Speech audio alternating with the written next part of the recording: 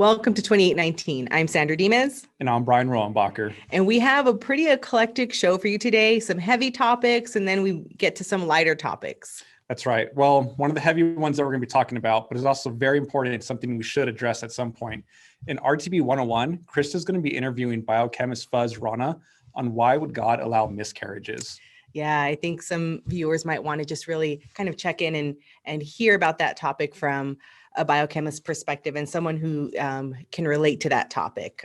In our give and take segment, we're going to hear from Dr. Fazale Rana again. He talks with Jeff Swearing about Goosebumps as evidence for creation. Looking forward to that. Yeah. I love the books growing up, so not sure they're going to reference those though. Yeah, maybe not. First up is a little bit of a fun one, lighthearted. It's going to be culture talk. Sandra's going to be interviewing Krista Bontrager about what we can learn from the Disney Pixar movie Soul. Let's check it out.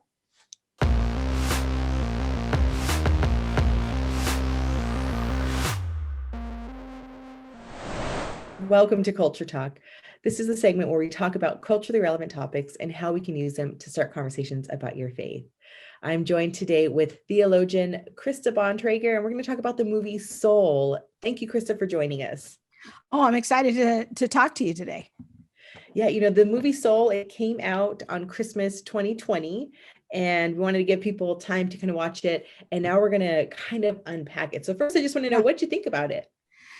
There were some parts of it that I really liked. I loved the jazz component and that part of the storyline that he was this aspiring jazz person. I loved many aspects of Black culture that they worked into the film. And those were all the things that I really enjoyed about the film. I wish there had been a little more jazz, but that's just me. Yeah, no, I absolutely agree. I think there should have been more jazz. I was hoping for that because I really love jazz.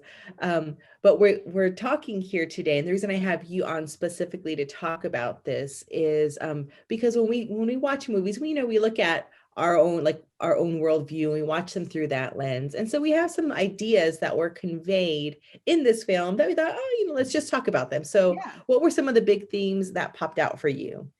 Well, I think that the worldview is kind of a good place to start because every movie has a worldview, because every movie has people that write it and humans all have worldviews. Now, some of those worldviews can come through very overtly, and sometimes it comes through more subtly. But a discerning moviegoer who's a Christian, a thoughtful Christian, you want to enjoy the movie, you want to enjoy the acting, the music, and all of those things that are great to celebrate. But you also want to be discerning of, well, what is this movie trying to teach me about how things are? And this movie, Soul, had a lot to say about how things are. What are those big worldview questions? Specifically, who are we and what happens to us after we die? Yeah, it was really interesting because when I heard about this movie coming out, I'm like, Soul, okay, what will be communicated as far as humans having a soul, and where do we get the soul, and what happens after we die to that soul? So we got to see a lot of that in the film, and kind of this before life soul, and then we come to earth and we live our life, and then an afterlife, yes. and what happens to us as a being. So how would you describe that worldview that we saw? Yeah, it's had a lot of interesting components. They called the great before, which was sort of the pre-existent state, and then the great beyond, which is after our death. They also posited the idea that the body and soul are two different things, almost separate things that could become separated from each other. So I would say that some of these components, along with some other things we're going to unfold in a minute, the primary worldview is that of the New Age or Eastern mysticism, that they present a view of humanity and the afterlife from that perspective. So how would the great before fit into a Christian perspective, or would it? Yeah, that's an interesting question because Christians historically believe that each embryo, each unborn child is its own unique creation from God, body and soul integrated together. But when you start thinking about the great before, that almost hints to like some kind of reincarnation from an Eastern mysticism standpoint, or even maybe like a view of our primordial existence that's present in the Church of Jesus Christ of Latter-day Saints. Right. Okay. So a different perspective than one that we would hold. Yes. But so then we have these worldviews kind of being presented. You talked a little bit about a New Age perspective. Can you unpack that a little bit more, and how specifically is that a New Age perspective? Yeah, there was a few different elements there. For example, after you die, there was this presentation of going to what they call the great beyond. That was sort of the afterlife. And they had all these souls, not bodies, but souls on a conveyor belt, kind of going up into this big glow. And then they were just sort of annihilated. There was no concept of judgment. Everyone just sort of goes to the same place. And you don't know, it's sort of a mystery what happens to you after that. So there's kind of a presentation of universalism that is subtly presented there, but I think more overtly there's a scene where astral projection, which is a practice that is growing in popularity, especially in the New Age, where you can actually engage in a practice of separating your soul from your body and travel to other realms. And so this seems to me to be a critical part of the storyline, and could be seen as introducing kids to certain ideas of the New Age, including chakras and astral projection. Yeah, that's interesting. So you know that I'm an artist, I dance, and love creating. And when I viewed it, I didn't think of astral projection. So I wonder if other creatives will think in the same way. I just really thought, and they portray it, at least on the surface, as being something that being in the zone. So like the sign spinner, he is so into spinning his sign and being expressive in that he becomes in the zone. So I'm curious then, like how you would process that as someone who is wanting to be careful about what we engage in, but also understanding, like an artist would see it as being in the zone and not wanting to dabble in astral projection.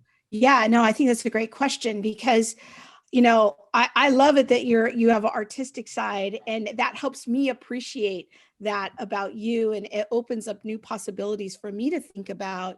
And so, I definitely don't want to shut that component down of being in the zone and having an imagination. But I think we also have to keep in mind that there are certain soulish and even spiritual components to that. What we fill our imaginations with can be a reflection of the things that we meditate on, the things that we think about. And so we as Christians, we want to be intentional about filling our minds and our imaginations with things that are consistent with our worldview.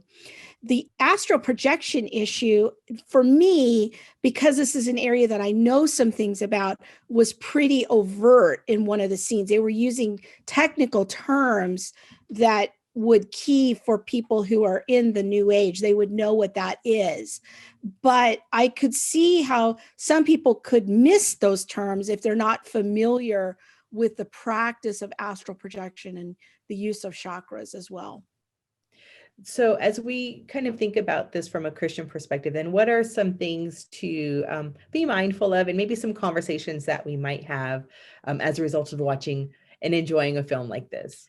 Yeah, I mean, I think it's an opportunity to reflect on the nature of the body and soul together, that in historic Christianity, we are an integrated being. When we go to the new creation, our faith teaches us that we will have glorified bodies, that we are not just merely a soul waiting to be freed from our physical bodies. We are body and soul, and we will go into the eternal state as that.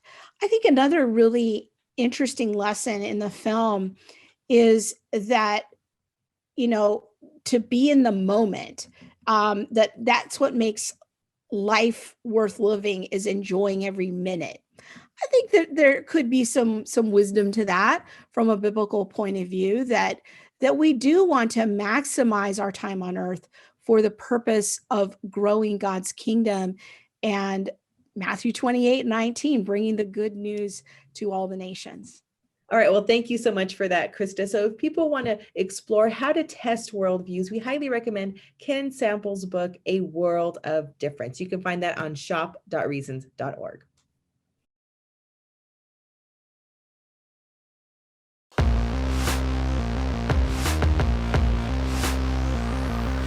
Now it's time for RTB 101, where we discuss practical questions to help equip you to share your faith more effectively. And here to help me talk about a very provocative topic today is biochemist Dr. Fazale Rana. Welcome, Fuz. Krista, thanks for having me. Now, I know that you have a very strong personal passion to advocate for the value and sanctity of human life. I'm just wondering, as we kind of wade into this conversation, why is that issue so important to you personally? Yeah, well, I take very seriously what Scripture teaches about human origins and human identity, namely that we are creatures that are made in God's image as the crown of creation.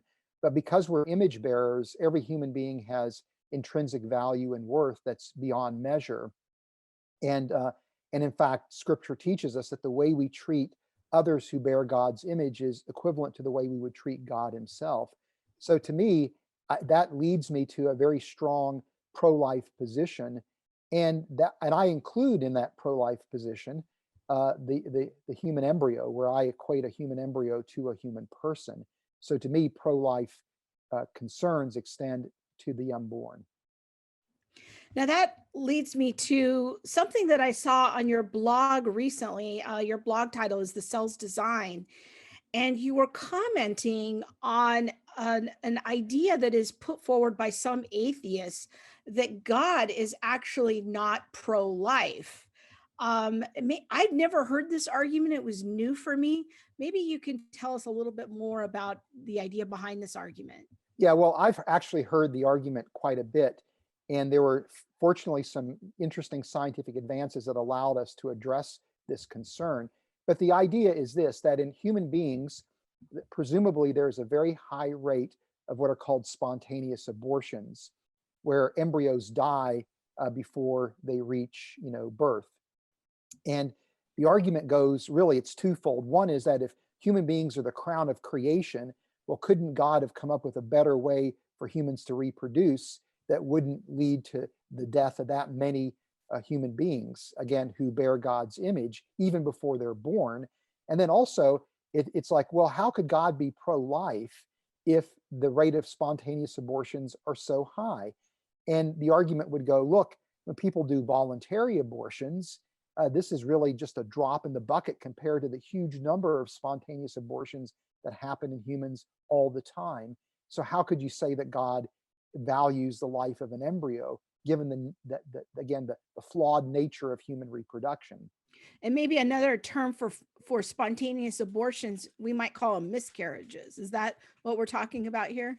Well, in some instances, I think you would call it a miscarriage. In other instances, it's actually an abortion that happens, or an embryo death that happens before the embryo even implants into the uterine wall. Okay. So I think under those circumstances, spontaneous abortion would be the appropriate term, more so than miscarriage.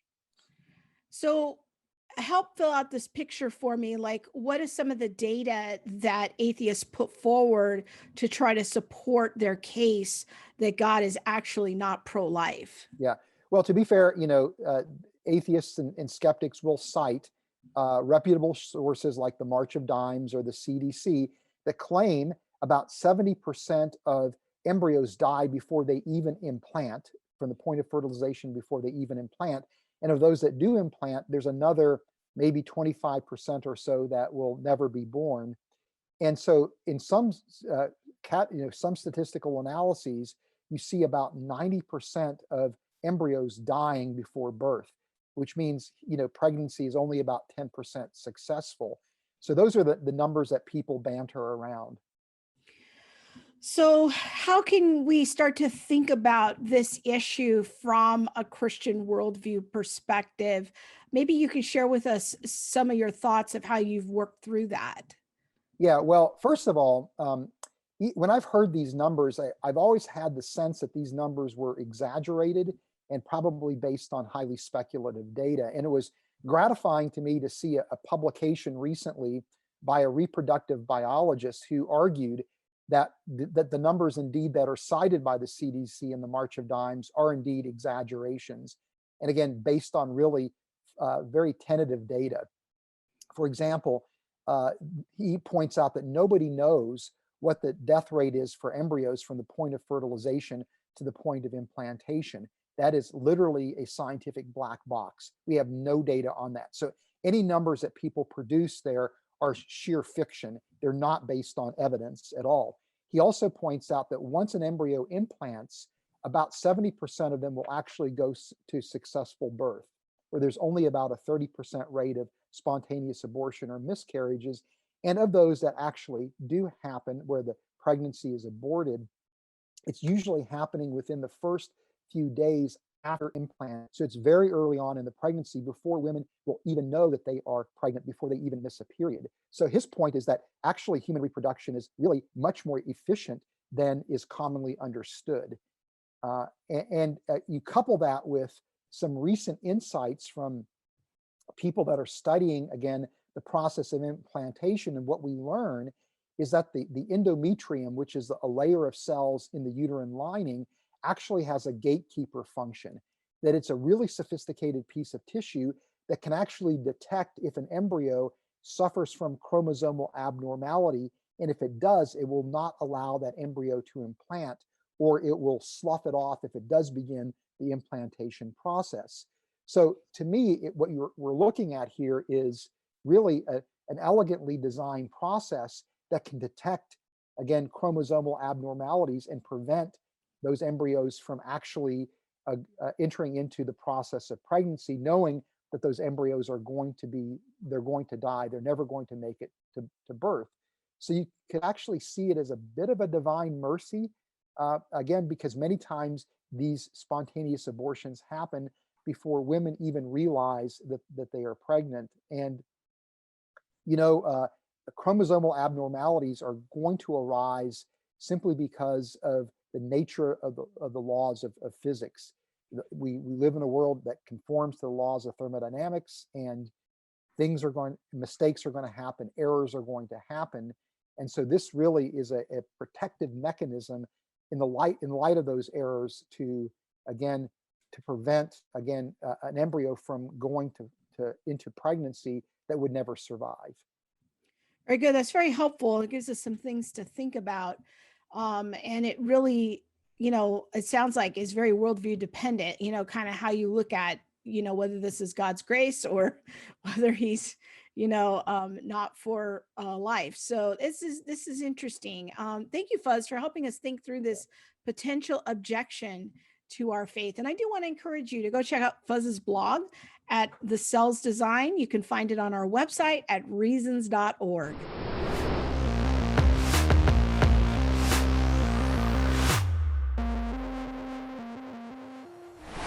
Hello, Jeff Zwerink here. Welcome to Give and Take, the segment of our show where we explore important scientific ideas to see how they relate to the truth of Christianity. Today, I'm joined by my friend and colleague, Dr. Fazale Rana, and we're going to be talking about Goosebumps. Fuzz, it's good to have you here today. Thanks, Jeff. It's good to be with you to talk about such an important topic. I mean, it seems kind of trivial at some level. And, I know growing up in the Midwest, Goosebumps were just kind of a common feature. As it got cold, that's where they tend to show up. Out in California, I tend to not experience them a whole lot. But what's the big stink about Goosebumps? That seems like a trivial conversation to be having. Yeah, well, I mean, goosebumps, clearly are kind of a peculiar part of our physiology. But believe it or not, for many people who subscribe to an evolutionary view of life, they argue that goosebumps that human beings experience is a compelling evidence for the fact that we have an evolutionary history, that we share an evolutionary origin with the great apes, because they see goosebumps as essentially being like a vestigial response to cold or to fright. and as a result of that, see that as, again, evidence that we have evolved. So presumably this is something that doesn't appear to have any function today outside of allowing you to see whether somebody's cold or surprised, if you will. But it had a more important advantage or benefit earlier in our history. And so that's why that's the nature of the vestigial part. It was useful earlier, it now no longer is, sign that we're evolutionarily have some evolutionary history, correct? Yeah, that's right. So the idea would be that the phenomena that causes goosebumps in us is actually a physiological mechanism that mammals specifically, would use as a way to keep themselves warm when it got cold, or as a means by which they could make themselves appear to be more menacing if they were threatened by a predator or some other animal.